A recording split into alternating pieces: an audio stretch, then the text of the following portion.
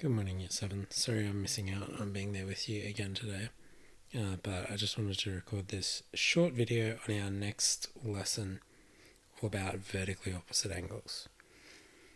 This is a fact about angles that is going to help us do more of the kinds of calculations that we've done, that we started doing at the end of last week. So we're going to aim to define what vertically opposite angles are, and then we're going to use this fact to calculate the size of angles.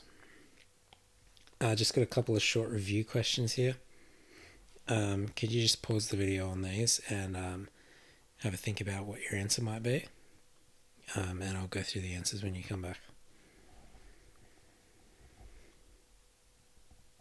So for question 1, I'm going to name the angle RST, and I'm going to call it a reflex angle because it's bigger than 180.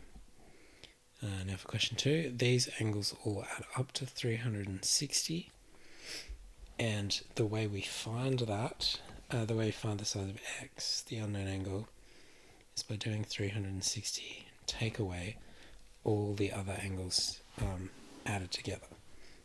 So we do 90 plus 360 plus 160 plus 21.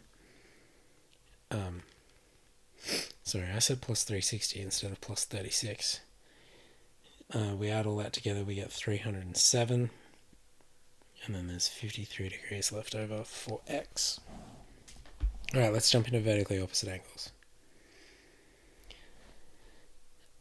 Here we have a situation where two lines cross at point O. So check out angle BOC here.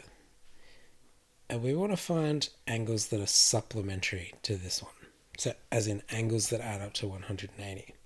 If you don't remember what supplementary means. So we have a straight line that runs through here. Therefore these two angles are supplementary. But we also have a straight line that runs through here. And therefore these two angles are supplementary. Now, if this angle and this angle have to add up to 180 degrees, and this angle and this angle have to add up to 180 degrees, an interesting thing happens. Because imagine if angle BOC was 40 degrees. That means that this angle has to be 140 degrees, and this angle also has to be 140 degrees. And applying the same thought process that these two angles are supplementary, this left over one would also have to be 40 as well as our BOC. And what we're seeing here, where this pair of angles is equal and this pair of angles is equal, is actually what will happen every time we draw two lines that cross like this. We'll have two equal angles here, and we'll have two equal angles here. And this is what we call vertically opposite angles. When any two lines cross to create an X, we get these pairs of vertically opposite angles. Here's a clearer diagram of the situation. 1 and 3 are the same size, 2 and 4 are the same size. So we're going to just focus in here on question 2 here. If this angle is 47 degrees, that means this one has to be,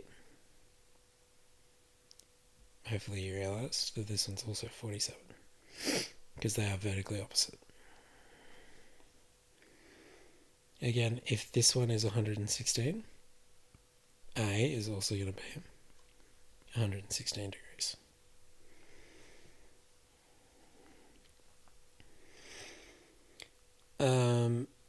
Take a second to think about this situation. We want to actually figure out the size of all of these angles here, B, C, and D.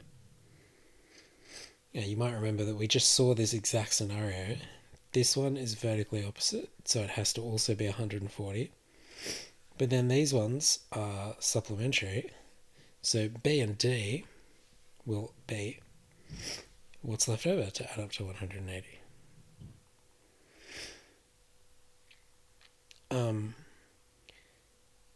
This concept of vertically opposite angles is pretty straightforward.